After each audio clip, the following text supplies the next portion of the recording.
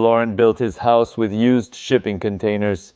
In his project, he decided to add a small 6-meter container to create an independent 13 square meter studio and rent it to travelers. The income generated allows him to repay half of his bank loan each month. Maritime container studios are really a very good investment, and they do not need a building permit if they are less than 20 square meters. So it's a very good idea that I absolutely wanted to share with you.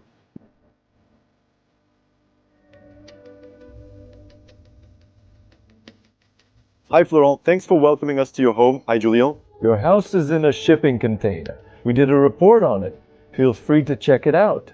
And right next to your house, you've added another small 13 square meter studio in a shipping container. Can you explain why you did that? Well, absolutely. When we built the house a few years ago, we thought at the time of the building permit that it might be interesting to create a small studio next to our home to rent out or later accommodate our child or family when he is older. That's it. Because right now, well, the little one is still too small to be independent in his studio. So you rent it on Airbnb and it allows you to supplement your income. Exactly. So we rent it out on several platforms and it allows us to completely offset the bank loans. And it greatly helps us to rent out this studio.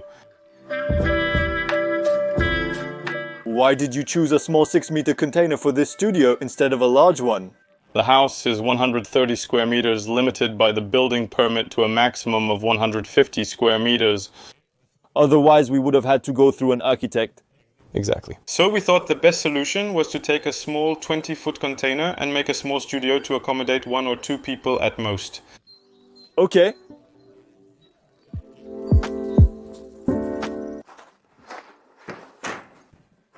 So, Julian, welcome to the living room, bedroom, kitchen and lounge of the studio That we used to have. And for me, it's been Bigger than I already thought. It's positive. It makes a good little space for Airbnb.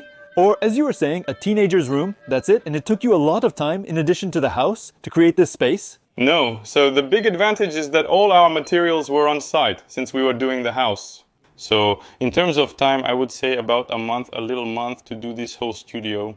Okay, and the same, did it cost you a lot more? Or since you were already in the swing of things that you already had materials and everything, like we're already in the swing of things. I would say roughly in large 20,000 euros to create this area.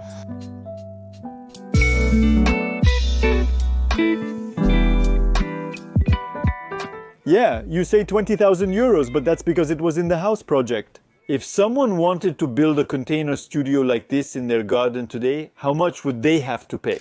Well, I think in self-construction, someone who would do it themselves. In my opinion, you need to budget between roughly 20 to 30,000, depending on the desired finishes and interior features. So, afterwards, if we have this studio made by professionals, I think we should rather count between 35,000–40,000 in my opinion, with all the following requests, etc. Can you explain to us a bit more about how you actually built each step of this studio? So the first step was to pierce the container, so disc and all the openings. Yeah. Then we did the exterior cladding, so we created a wooden structure on the outside of the container to be able to collect the insulation. And we installed the windows and then the exterior cladding. And then we moved on to the interior work, which is still relatively similar to standard type work in a classic house or a classic studio. So, you've insulated between your rafters? On the outside with polyurethane. That's right. Your roof the same from the outside with polyurethane. Exactly. And then your floor is on the inside. On the inside, you'd better... Polyurethane oriented strand board wooden slabs. And then the finish we chose in vinyl. So why did you still want to do a plasterboard cladding on the inside?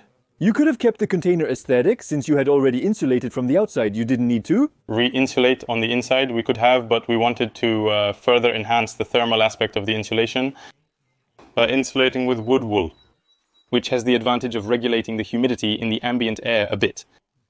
And we thought, since it's us who are going to pay for the heating and all the electricity of the studio, might as well do it right from the start so we can be at ease. But it's true that we could have limited ourselves to just the external insulation. You could have maybe saved a bit of space? We could have saved space, knowing that here we lost about 7 to 8 cm on each side. That makes around 1 or 2 square meters on all the containers? Yeah, I don't even think so.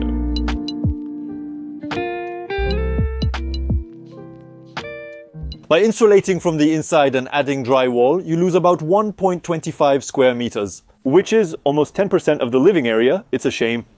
For a studio, I would therefore advise you to insulate everything from the outside to maximize space on the inside, and fully enjoy the 14 square meters that a 20-foot container offers.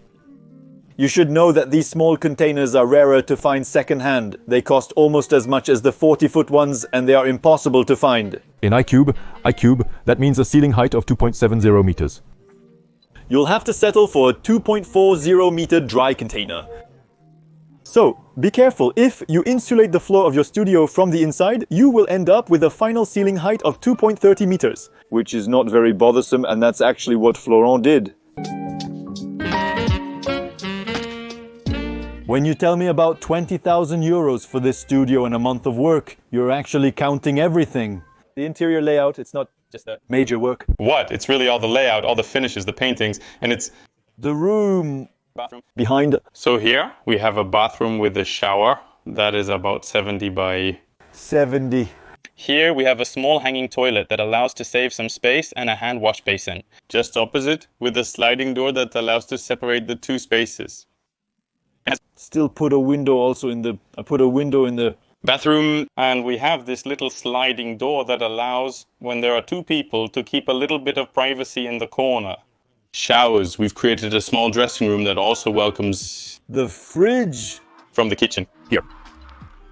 A small kitchen with a washer dryer, a microwave, a stove, coffee maker. And there is really everything necessary to live there, like in a small apartment. And that's often the feedback we get from tenants. They tell us they feel like at home, it's small, it heats up very quickly, it's well insulated, so... Indeed, that's good. Renting this type of accommodation on Airbnb must be quite simple, depending on your location. Less profitable. Can you tell me how much income you manage to pull in per year? Approximately, I don't know about this Airbnb. And so... we managed to make small months of 300 euros per month, okay? And in the peak summer season, when really, it's the holidays, people move around a lot more. We managed to make over 1,000 euros per month. So over a year is very variable. We never have the same pattern from one year to the next in terms of rental income. But for us, it's still quite profitable, and it clearly puts butter on the spinach. If now you installed a container studio at your place and you rent it out fully and everything, you manage to make it profitable from what you say. Maybe 5 to 6 years if you rent it well. If you're in an even more touristy neighborhood, much faster, that's for sure. I clearly think in less than 10 years, the entire setup is profitable. Yes, by far less than 10 years. After that, it's a very good deal. And I know that if tomorrow we had to rebuild a house, I would do exactly the same thing, but I might duplicate. I might put 2 or 3, I'm not sure. But I'd ensure there are more people, as it's very profitable. And then another advantage, which we don't discuss, is that for people who are watching us, if they want to put a 6-meter container in their garden, it's less than 20 square meters. So they don't need to reapply for a building permit, just a preliminary work declaration. They can do this on the container, where a building permit would be required for a larger 12-meter container. And so in the end, this little studio, afterwards we can take it to a cube if we want, but it's hard to find. You were saying it's much more expensive. In the end, it's kind of the best option. And it has the advantage of being adaptable for me. That is to say, today we rent it, tomorrow we can welcome family, tomorrow we can accommodate a teenager. If tomorrow I need an office and to be quiet to work, I can settle in this accommodation. There. It's really customizable as desired, depending on everyone's needs. What?